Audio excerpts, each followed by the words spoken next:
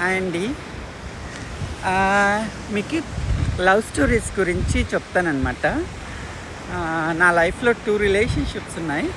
ఒకటి వచ్చేసి దాదాపు 10 ఇయర్స్, ఇంకొకటి ఇప్పుడు ప్రజెంట్ ఉన్నది. ట్రాన్స్ వాళ్ళ లైఫ్లో లవ్ అనేది ఒక బిజినెస్ లాగా నడుస్తుంది అన్నమాట. అందరూ కాదు, చాలా తక్కువ పర్సెంట్ వాళ్ళకి మాత్రం ప్యూర్ లవ్ దొరుకుతుంది. అందులో నేను కూడా ఉన్నానని నమ్ముతున్నా.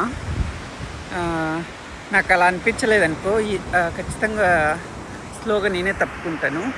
మా వాళ్ళ దగ్గరికి ఎలాగంటే వాళ్ళ డబ్బు కోసం, దీనికోసమే వస్తారనమాట. వచ్చేటప్పుడు గుర్తుండవు. సమాజం మమ్మల్ని చూస్తుంది, మా ఫ్యామిలీ మమ్మల్ని చూస్తుంది, వీళ్ళ పిల్లలు పుట్టరని వచ్చేటప్పుడు ఏం గుర్తుండవు.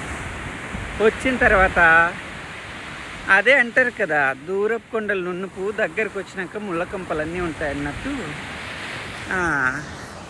దగ్గరకు వచ్చినాక వాళ్ళ నిజ స్వరూపాలన్నీ బయటపెడతారు. ఈవెన్ చంపడానికి కూడా వెనుకారనమాట. మా వాళ్ళు ఆ ప్రేమ, వాళ్ళకి ఇంత ప్రేమ దొరికితే చాలండి. ఎందుకంటే ఆ ప్రేమను మిస్ అయి ఉంటారు ఫ్యామిలీ నుంచి, సొసైటీ నుంచి. ఎవరో ఒక్కరు అట్లా ప్రేమ కురిపించగానే నమ్మేస్తారనమాట తొందరగా. సో నమ్మకండి. చాలా లైఫ్ పేరెంట్స్నే వదులుకున్నారంట బొంగులో వాళ్ళెంత. సో త్వరగా ఎవరిని నమ్మకండి.